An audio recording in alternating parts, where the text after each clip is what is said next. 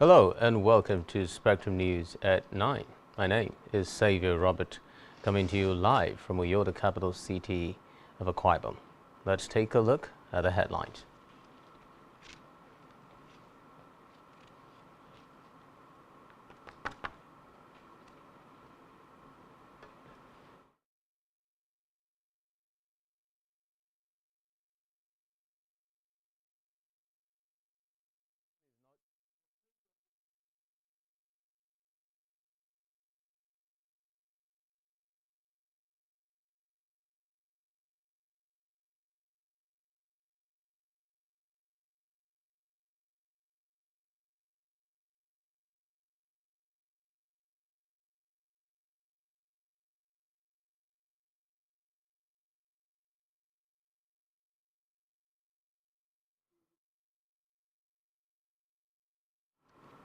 Buhari, Jonathan, others to attend Amechi's tribute.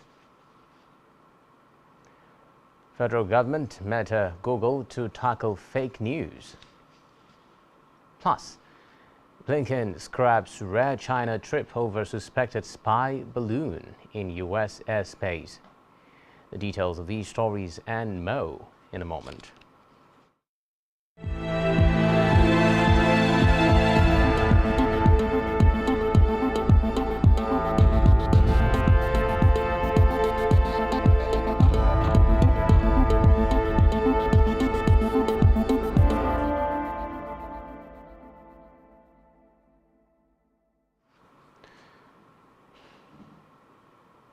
First in the news tonight, President Muhammadu Buhari is expected to attend the Day of Tribute, which is part of the activities for the funeral of elder statesman and First Republic politician Bazulike Amechi. Also expected at the event is the Vice President Yemi Osibanjo, former President Goodluck Jonathan, who wished to serve as the chairman of the occasion, while the Senate President Ahmed Lawan and Speaker of the House of Representatives Femi Gbajabiamila had been penciled down as special guests of honor. The Day of Tribute for the First Republic Minister of Aviation would also host the presidential candidates of the People's Democratic Party Atiku Abubakar, the All Progressives Congress Bola Tinubu, and Peter Obi of the Labour Party. Amechi, who was also a First Republic lawmaker, died on November 1, 2022 and is to be buried on February 16, 2023 at Ukwo, Newi South local government area of Anambra State. In another development, President Muhammadu Buhari today urged citizens to give him 7 days to resolve the cash crunch that has become a problem across the country, from the Central Bank of Nigeria policy to change high-value naira notes with new ones. Speaking to the Progressive Governors Forum, who paid him a visit at the presidential villa to seek solutions to the cash crunch, which they said was threatening the good records of the administration in transforming the economy, Buhari said the currency redesign would give a boost to the economy and provide long-term benefits. He expressed doubts about the commitment of banks, in particular to the success of the policy. He said he had seen television reports about cash shortages and hardship to local businesses and ordinary people, and gave assurances that the balance of 7 of the 10-day extension would be used to crack down on whatever stood in the way of successful implementation. Meanwhile, President Buhari has called for stricter policing of the borders to help check the influx of arms and terrorism. He noted that the porous nature of borders has encouraged the escalation of terrorism, economic sabotage, and illicit flow of arms. The president, while hosting the Secretary General of the World Customs Organization (WCO), Kunio Mikuriya, said it is the nation's objective to ensure election takes place in a peaceful and conducive atmosphere, despite all the usual excitement and gamesmanship that is known to occur during election campaigning. Buhari, in a statement by his special advisor on media and publicity, Femi Adesina, reiterated his commitment to a free and fair general election this month. In the meantime, President Buhari said he reappointed Kashifu Abdullahi as Director General of National Information Technology Development Agency (NITDA), owing to the agency's remarkable successes. Buhari spoke at the launch of the national policy of the Nigerian government's second-level domains and national data strategy in State House, Abuja. The president said, following the evaluation of parastatal under the Ministry of Communications and Digital Economy, he observed NITDA's outstanding execution in different areas of its mandate. Away from that now, the federal government today in Abuja sealed agreements with tech giants Meta and Google on the protection of the integrity of the forthcoming general elections. The agreements were reached at a meeting between the Minister of Information and Culture, Lai Mohammed, and representatives of Meta and Google. Meta is the owner of Facebook, Instagram, and WhatsApp, while Google owns YouTube, Gmail, and Google Search. At the meeting, which was at the instance of the minister, the tech giants agreed to comply with 4 demands by the federal government. Elsewhere, the federal government has confirmed it airlifted 1,531 stranded Nigerians from Ukraine. Russia invaded Ukraine on February 24, 2022 in a major escalation of the war which began February 2014. The Minister of Foreign Affairs, Geoffrey Onyema, said the government has helped thousands of nationals return since 2015. Onyema said Nigerians in Libya, Mali, Sudan, Cote d'Ivoire, Senegal, among others, were also assisted in the last 8 years. Meanwhile, the Minister of Aviation, Hadi Sirika, says the proposed national carrier will receive its air operating certificate in 2 weeks' time. The minister said that the national carrier represents an opportunity to grow the country's aviation sector and Africa in general. Sirika noted that during the procurement process, Nigeria Air ended up having Ethiopian Airlines as a partner with 49% and 5% to the government of Nigeria, as well as 46% to Nigerian entrepreneurs and companies. He further said that the carrier will begin operation this quarter.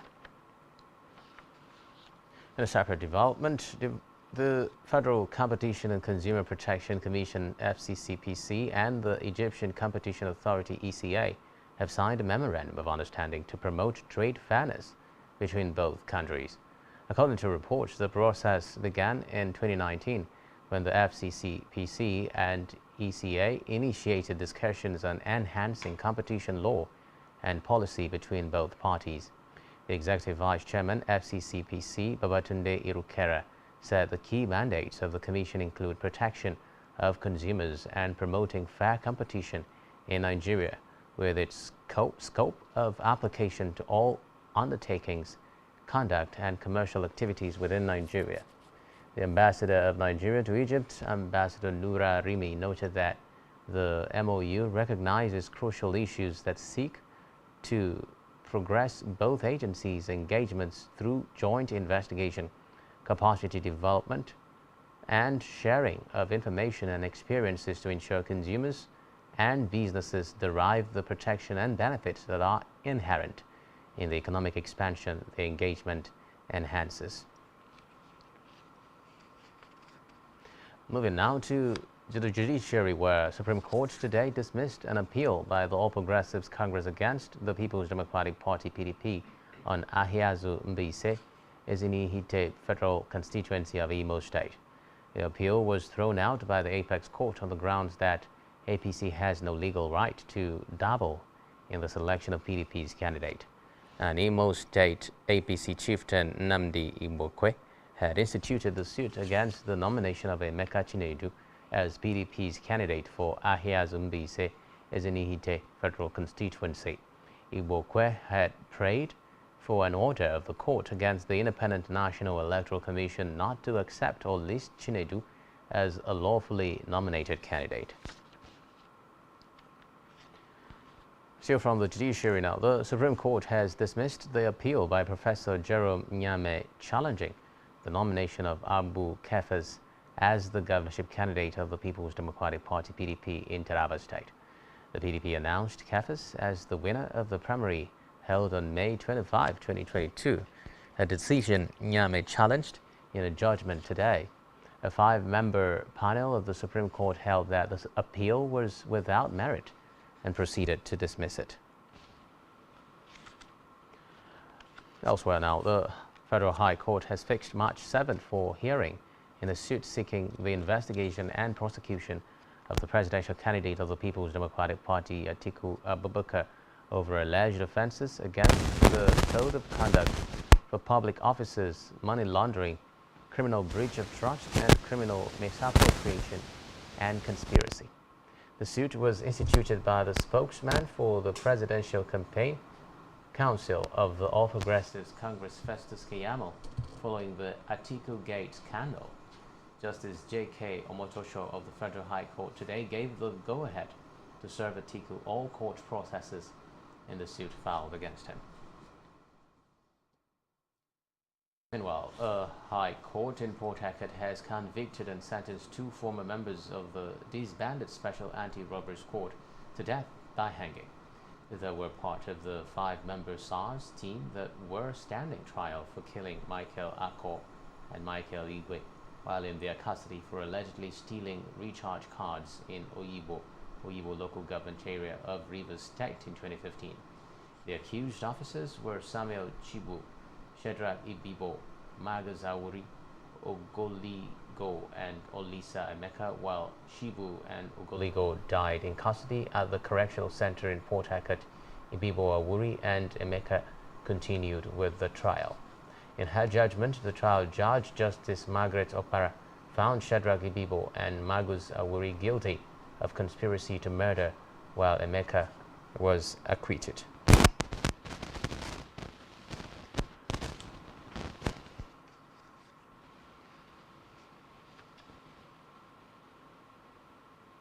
Away from that, now the Independent Corrupt Practices and Other Related Offences Commission (ICPC) has secured the conviction of Ojoko Robinson, a director with Rojoke CNE Services Limited, and the company for contract fraud to the tune of 13 million naira. According to a statement today by ICPC spokesperson Azuka Ogugwa, the anti-corruption agency had filed a 7-count charge against Robinson and the company before Justice N.O. Dimba of the Federal High Court, Asaba Judicial Division, on allegations bordering on forgery. ICPC in the suit informed the court of how the defendants used forged documents in bidding and securing 2 World Bank contracts, contravening Section 1, Subsection 2C of the Miscellaneous Offences Act, Cap M17 LFN 2004. Having listened to both arguments, the trial judge found the defendants guilty on all counts, as the prosecution proved its case beyond a reasonable doubt. In another development, the Inspector General of Police, Usman Baba, has ordered the arrest and subsequent prosecution of all individuals engaged in the sale or abuse of naira notes issued by the Central Bank of Nigeria. He directed the Deputy Inspector General of Police in charge of the Force Criminal Investigations Department and the Assistant Inspector General of Police in charge of the Force Intelligence Bureau to place officers and men of the department and the Bureau across the nation on high alert to carry out the directives. The police chief noted that this was in furtherance of the federal government's policy and drive to uphold the provisions of the CBN Act 2007 and dignify Nigeria's currency. The Force spokesperson Olumuyiwa Dejobi revealed this in a statement today.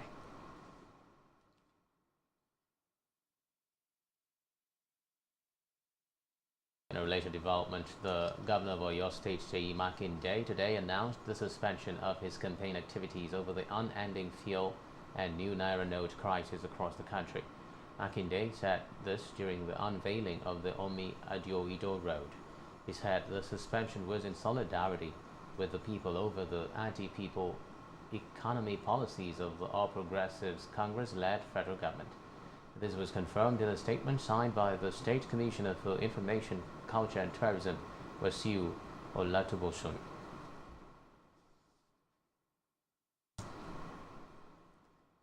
More in politics, the presidential candidate of the Labour Party, Peter Obi, has asked Nigerians to hold him responsible if he fails to keep to his campaign promises when he is elected as president.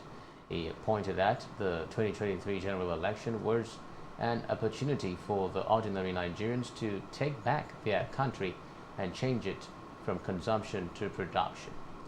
Obi spoke in Umuahia, the Abia state capital, today during a town hall meeting with residents of the state.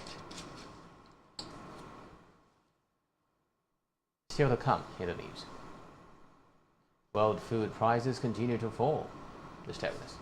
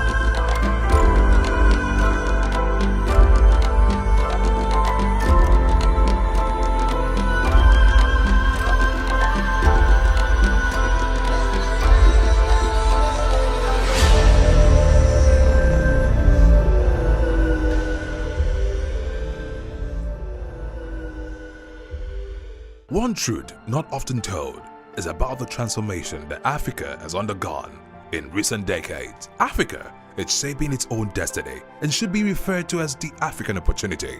On Spotlight Africa, we paint the African picture the African way, laced with truth, detail, and the color of the African continent. Join Uyai Anyekan every Tuesday and Thursdays at 4:30 p.m. Spotlight Africa, telling the African story.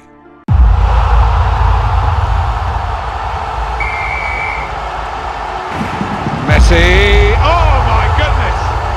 Oh my goodness! When it comes to football, the passion is unrivaled and the heat never stops. Be a part of the unending action on Battle of the Fans. With expert analysis, previews and reviews of the biggest games in the biggest leagues, as well as football fan banter that never goes out of style. To delay the progress of the league, it means you're not capable. They have done their job. If to be honest, if you look at them, they have done their job. Join us Wednesdays 5 to 6:30 p.m. Saturdays 9 a.m. to 11:30 a.m. Only on Spectrum Television. It is Cristiano Ronaldo! What goal! What a finish! Battle of the Fans. Exclusive to Spectrum TV.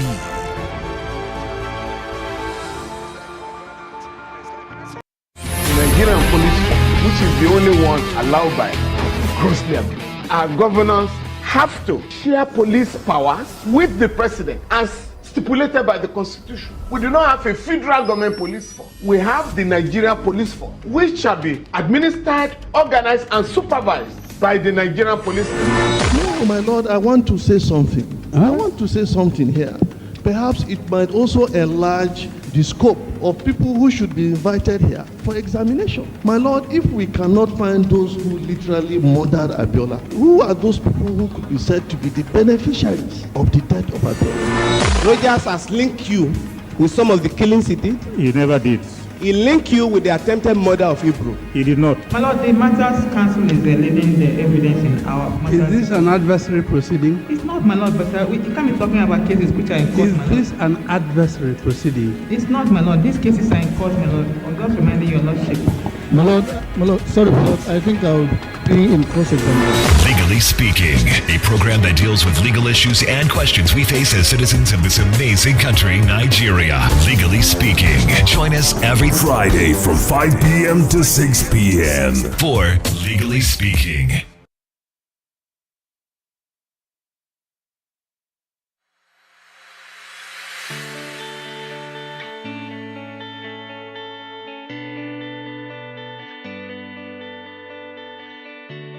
Every day, we bring you up-to-date information on topical issues affecting the common Nigerian. From issues on politics, Hello, Nigeria. I remain committed. security,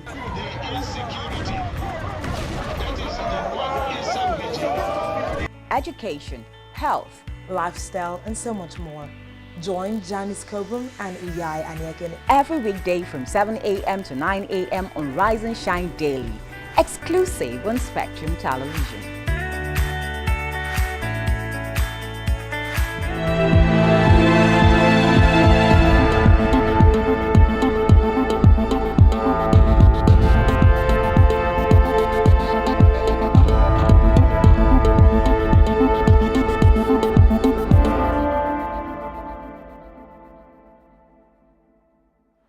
Many thanks for staying tuned. We move on now to Africa, where Pope Francis has arrived at the airport in South Sudan's capital, Juba, on the second leg of his latest visit to the continent. Thousands have turned out to greet him. He is in the conflict-hit country to spread a message of peace, and in an unprecedented move, he will be joined by two other Christian leaders, including the Archbishop of Canterbury, Justin Welby. Still in Africa, 3 Kenyan police officers were today given sentences ranging from 24 years in jail to the death penalty for the brutal murder of a rights lawyer and 2 other people. The bodies of lawyer Willie Kimani, who had criticized police abuse, as well as his client Josephat Mwender and driver Joseph Muiruri, were found wrapped in sacks and dumped in a river outside Nairobi in June 2016. The torture and killing of the 3 men sparked furious protests in Kenya, where many people fear the police. In July last year, High Court Judge Jesse Lessett found the 3 officers, including a woman, as well as a police informer, guilty of murder, but a 4th policeman was acquitted. Lessett today sentenced former policeman Frederick Lelliman to death, while his colleagues were sentenced to 24 and 30 years in prison. Meanwhile, Sudan's military ruler Abdel Fattah al-Burhan has met with Israeli Foreign Minister Eli Cohen to sign a peace treaty between the 2 countries. Foreign Minister Cohen said he expects relations to be formalized by the end of the year, but not before Sudan appoints a civilian government to replace Burhan's caretaker military government. Recall that the 1967 Six-Day War between Arab countries and Israel saw the latter illegally occupy swathes of territory. Elsewhere, 4 South African police officers accused of assaulting and torturing a Nigerian today made their first court appearance at the Boksburg Magistrates Court. The case has been postponed until February 7, when their formal bail hearing will take place. The officers, 1 sergeant and 3 constables, were arrested by the police watchdog, the Independent Police Investigative Directorate (IPID).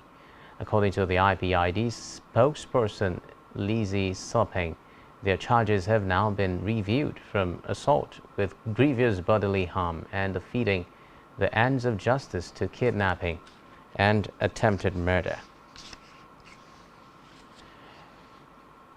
In the meantime, Burkina Faso's transition government has announced that the remains of President Thomas Sankara and his 12 companions assassinated on 15th October 1987 will be reburied later this month at the Thomas Sankara Memorial in the capital Ouagadougou.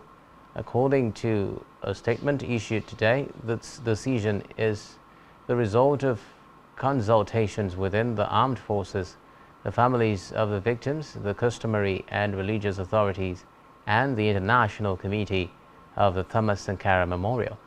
It could be recalled that the bodies of Sankara and his companions of the People's Democratic Revolution (PDR) were exhumed on 25th May 2015 as part of a judicial process to make sure the remains were indeed his.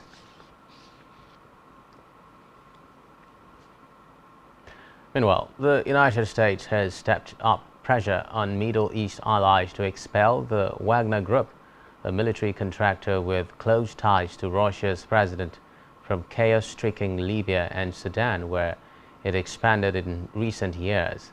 The U.S. effort, described by officials, comes as the Biden administration is making a broad push against the mercenaries. The U.S. has made new sanctions on the Wagner Group in recent months over its expanding role in Russia's war in Ukraine.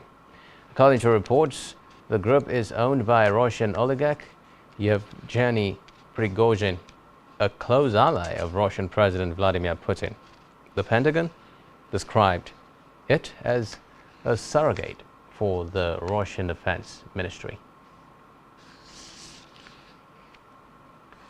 On the foreign scene now, China says today it will fully restore travel across its borders with Hong Kong and Macau next week, dropping COVID testing requirements and daily quotas after a lengthy pandemic separation. The semi-autonomous cities have both stuck to Beijing's zero-COVID strategy for nearly 3 years, splitting families, cutting off tourism, and suffocating businesses. The State Council's Hong Kong and Macau Affairs Office said that all remaining restrictions will be dropped starting midnight on February 6, with group tours allowed to resume. Recall that limited travel across the border between Hong Kong and mainland China had resumed in January after Beijing abruptly axed its isolationist policy. Still on the foreign scene, Germany government official Olaf Scholz has said that manufacturers in Germany are now authorized to send Leopard 1 tanks to Ukraine. Scholz recently approved the delivery of Leopard 2 tanks following pressure from the international community for Berlin to step up its supplies for Ukraine. According to reports, the Leopard tanks are highly coveted military vehicles. Meanwhile, U.S. Secretary of State Antony Blinken today scrapped a long-planned Beijing trip aimed at easing escalating tensions between the two superpowers after the Pentagon said that China sent a spy balloon over the United States. Moments before the decision, China issued a late-night statement voicing regret over what it called an accident with a civilian airship, but the United States was not impressed. Blinken, who has faced intense pressure over the trip from the rival Republican Party, decided to postpone his two-day visit starting Sunday, which would have been the first by a top U.S. diplomat since October 2018. The official said the United States was confident of preserving communication with China despite Blinken's cancellation, and that the visit would be rescheduled once conditions are right. The Pentagon said it was tracking the balloon, which flew far above the western state of Montana, and decided for safety reasons not to shoot it down. Elsewhere, French authorities today started demolishing a seaside block of flats that has come to symbolize the country's battle against climate change-linked coastal erosion. According to reports, when the 4-story building was built behind the beach in the southwestern Gironde region in 1967, it stood 200 meters away from the shoreline. But its 75 flats in the town of Solek-sur-Mer had to be evacuated in 2014 after the sea crept up to within 20 meters of the structure. Meanwhile, local authorities scrambled to rid the building of asbestos in the following years, before a huge mechanical digger took a swing at its facade today. In the meantime, a man told a UK court today that he wanted to injure Queen Elizabeth II after sneaking into Windsor Castle armed with a loaded crossbow on Christmas Day 2021. Jaswant Chell, 21, who was detained on the grounds of the royal residence while the late Queen was there, pleaded guilty to 3 charges during a criminal court hearing.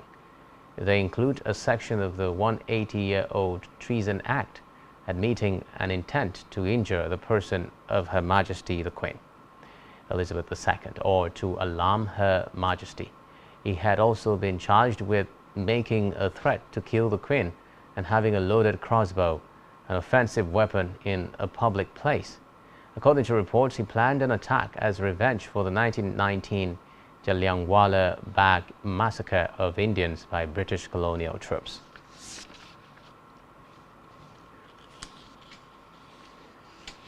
And now it's time for the latest business and stock market stories. We have Blyden Okem standing by.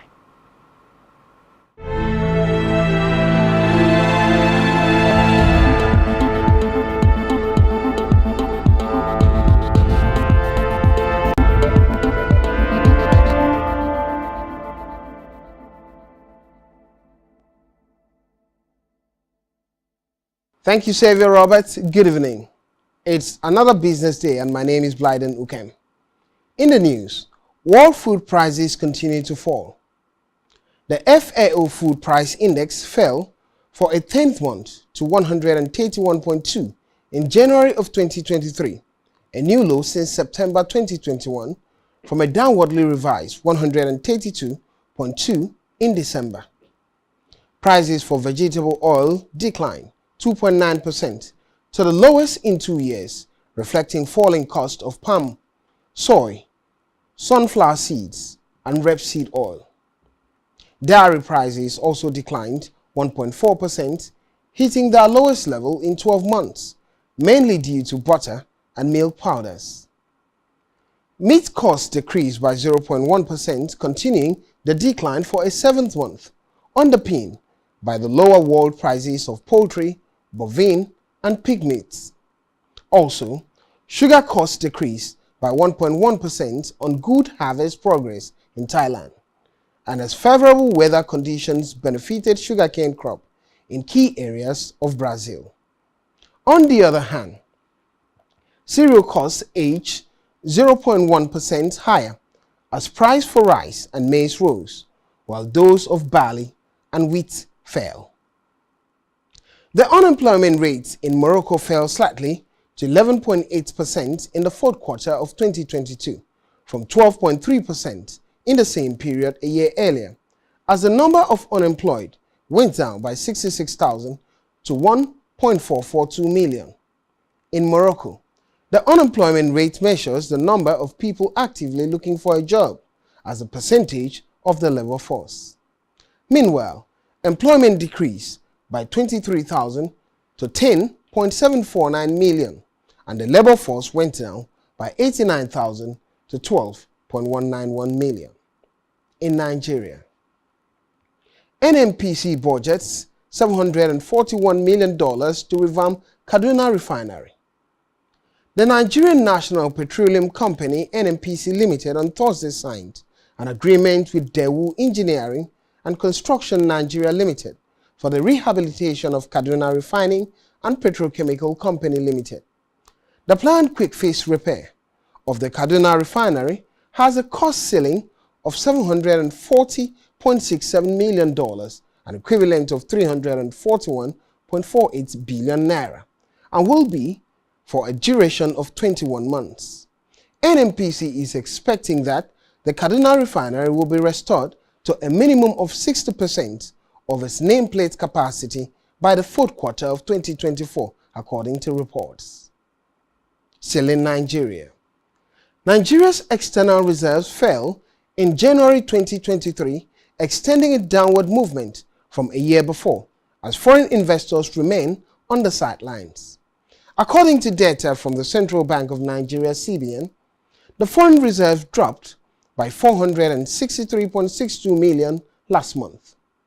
This pushed the international reserves down to $37.01 billion at the end of January 30th, 2023, below the $37.08 billion the reserves had at the end of December 30th, 2022. The low external reserves is due to several factors, including a reduction in equity trading by foreign investors, Nigeria's inability to meet OPEC quota, among others. It's time for the Nigerian stock market report. Today is the last trading day of the week, and the all-share index climbed 214.97 basis points by 0.4% to close at 54,218.09 points, representing a one-week gain of 2.95%. The current market capitalization of a Nigerian stock exchange is 29.5 trillion naira in aggregate. 117 listed equities participated in trading, ending with 35 gainers and 10 losers.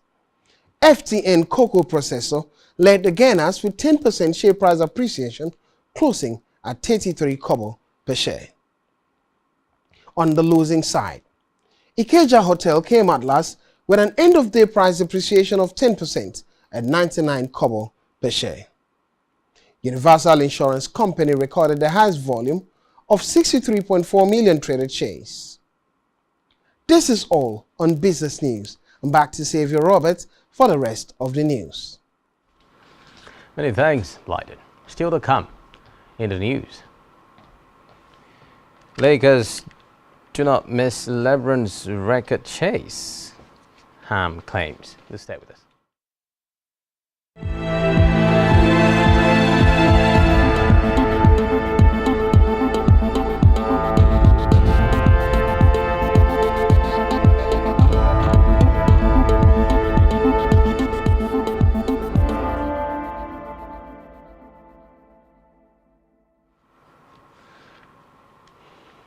Many thanks for staying tuned. Now in health, the First Lady of Kebbi State, Zainab Shinkafi Bagudu, has said that Nigeria has recorded over 10,000 new cancer cases and 7,000 deaths just 33 days into 2023.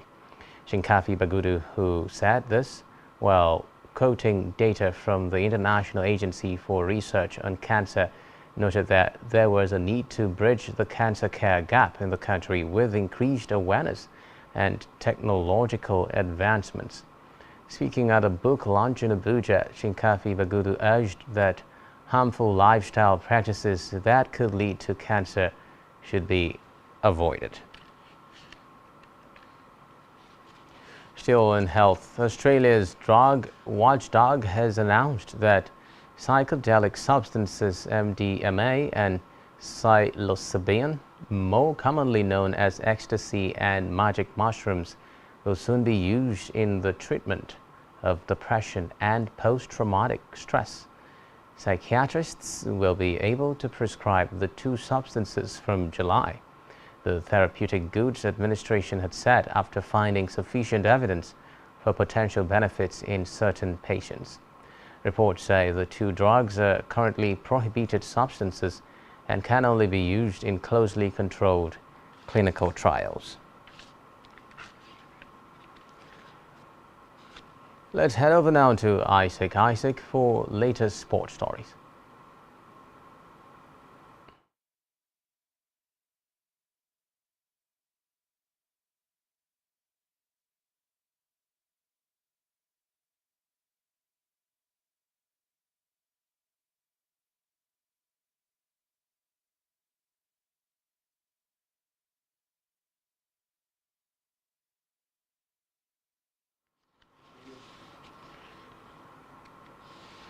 Apologies for not being able to relay the sports segment, but on our entertainment news, popular comedian and skit maker Adebowale Adedayo, better known as Mr. Macaroni, has said the All Progressives Congress should not be campaigning for votes ahead of the forthcoming elections, but instead should be begging Nigerians for forgiveness for the hardship caused in recent times.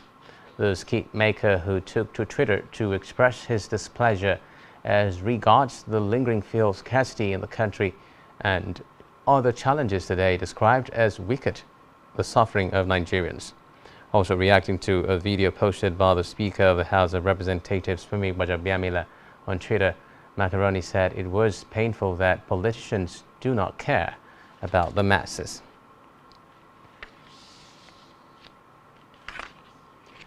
Still on the entertainment, Netflix's Far From Home stars Genoveva Umar and Wubemi Ejeye are the new faces on MTV Sugar Niger Season 5. Reports say the MTV Staying Alive Foundation initiative is keen on empowering female creatives, with an 80% female crew set to premiere in April this year. The 5th season will focus on storylines about gender-based violence and COVID-19 while continuing to address HIV prevention. And lastly, on entertainment tonight, Zelma Tetua, a 14-year-old Nigerian, has emerged global winner of the recently concluded Global African Fashion for Peace World. The event, which was the third in its series, had 2 Americans emerging as winners during the last 2 editions.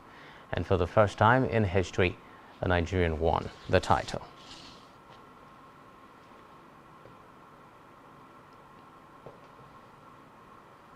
And that's all we have for you at this time. Do ensure to follow us on social media and subscribe to our YouTube channel, all of which you can find on our website, spectrumtv.ng. You have been watching Spectrum News at 9. My name is Xavier Robert. Wishing you a terrific weekend. Good night.